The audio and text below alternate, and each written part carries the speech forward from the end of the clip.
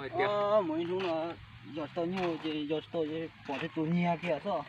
Nói cái gì còn no nè, ừ mua nhung mua nè.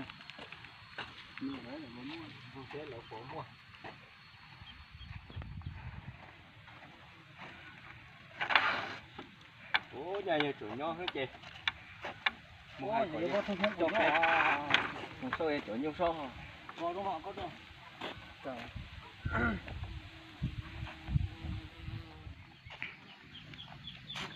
Ô to lo. To. Nó rồi cứ đi. Nhо. Này, tôi muốn là chưa? Rồi. Ô nói thì có mấy cho nhung ấy. Đâu cơ nó xã tôi doa. Chúng tôi rồi. Rồi nó sẽ đây, nó sẽ mất rồi. Này đứa con chưa? Rồi nó. Thì có bộ mua có chỗ nhung nhau mua chế phê xã doa đi, ở phê tu. Nó nè.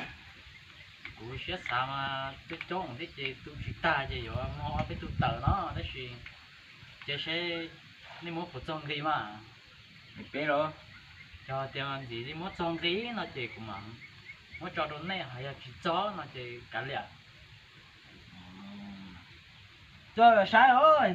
Phải sai thì bộ mua gì. Nhưng lên đó. cú đã tóm ba lấy thì nó chả cũng ba còn một trái tông trái đó đấy chị còn đi cho chị với phải kia ha Có chỗ nhung nhớ bộ đế ra, nhớ rồi có từ ra. ô nó sát tí nữa Sát tỷ nó rồi. nó sát tí nữa Giờ nhớ sát tỷ nó chế có cú cho phê phải sai. cú dính ba lấy chỉ rồi muốn nó chỉ trả tiền cú nó chỉ anh ấy cho chị phải Phải, nhớ đó này. sẽ được phải Phải. ô chả cú ba còn chết trả thế đi nó có à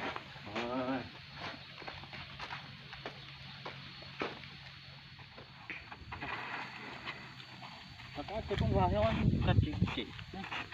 Ô, thôi đấy phải à. chỗ nhung nhớ bộ đế mà. Chỉ mua tử rồi.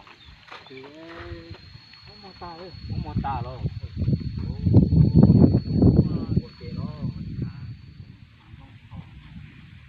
sát tí sẽ nó cho có chỗ nhung nè. tí sát tí cho Có chuyện sai trái. Cái gì Cái cho tôi tụi nhiều. Có sao rồi nha. Để luôn đi.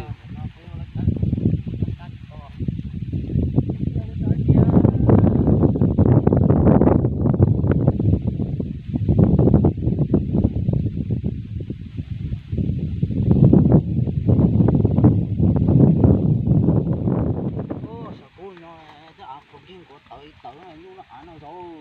Khỏi đâu cái nào. Cái kia nó. Cái có kỳ.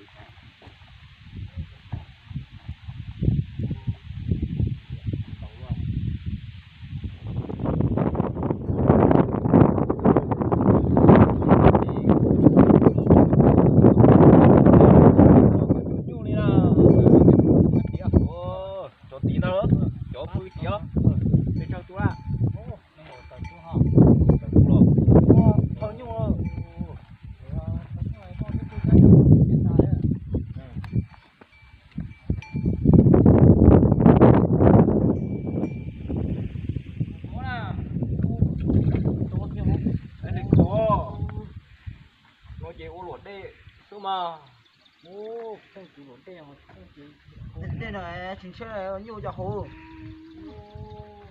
cái mua này cái đây nó chặt nó Có mình trẻ à.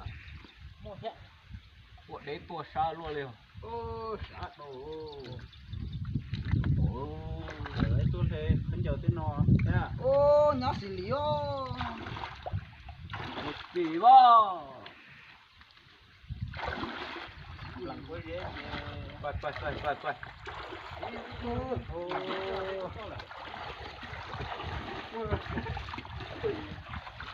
Chạy vô cho luôn. Để luôn.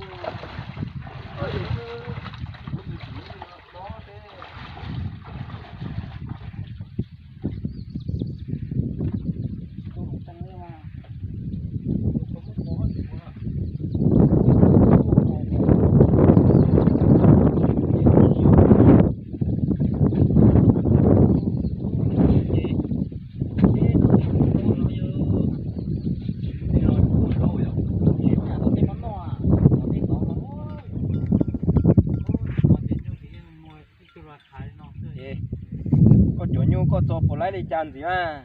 ô nhiều tiền cho chỉ lái lẻ cho như hai chắc hai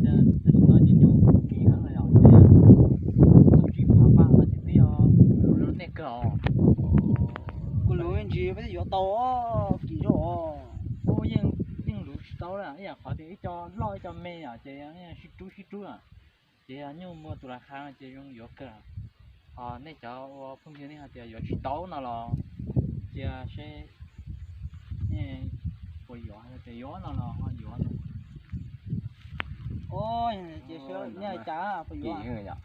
chị thôi gì cái bên trên là khó Bé mà muốn thiệt được khó nhá. Giờ ở bên núi giờ thì bé giờ tàu nó là bé họ mà đi trả lá tua. Nhưng mà đi trả lá tua hai con nó có xí thả đuôi. liền mà cho nên bạn chị nhá nên phải không có sẽ có cái gió này rồi nó bao gió này ba hiện ra cho lý do cho nó có to à để bán đi ở chỗ này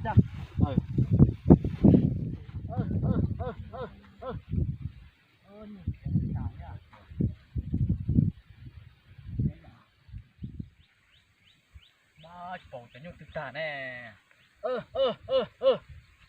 sao tao tung tổ quá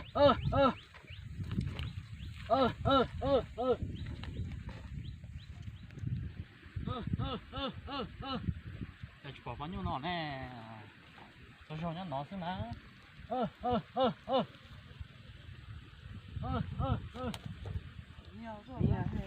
nhiều cái tàu tàu thì cũng nhiềuไป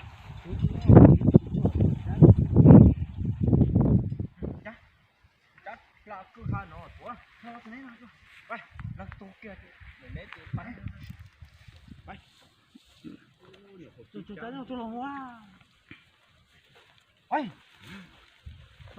ตาตัวโลเขาตั้งเลยจะตั้งเลยโดนตั้งปังชูโลเลยบ้านี่หมดยุ่งเลยเปิดตื่นแน่คนลังเลย ô sao vậy con nhung khi nó sao tay đó rồi Sao chị? Nó hẳn không lo chị. Bé nhiều khi nói ít lên rồi. Ồ. Bé cứ lọt đê nhé thì lọt in đúng nổi chị. Chị số ít lên rồi. nó khi chứ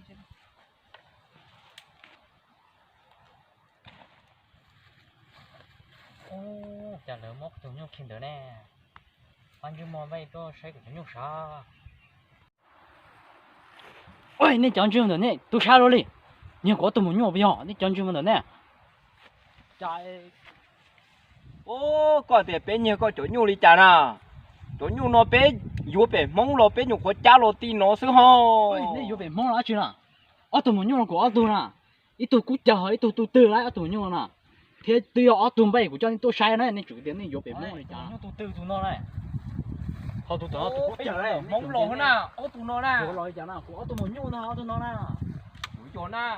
Bé vô tí mong có tí lo sao, bé cha cha lo lo sao cha nào. tụi nhung tụi từ nhau tụi phụ yêu có thổ mê đó nè tụi nó cũng tụi một lo Dạ, tí mong hay cho trông đấy. ô hay rong Tao có bé gì thì bé nhẹ. thế nào có tụi nhung của tụi nè có từ gọi chỉ tôi rõ rồi chuyện này tôi nhẹ thế này chọn chung được mẹ là cho tôi sách ta thì khổ Thế kia nó thì cũng tôi có nhẹ thơ để bé nhẹ rồi hả mà. có thơ ở tụi nó như nó tiền Ôi à, đi chào lộ bé vô, tôi sát chị. Đậu kia sao? xuống xa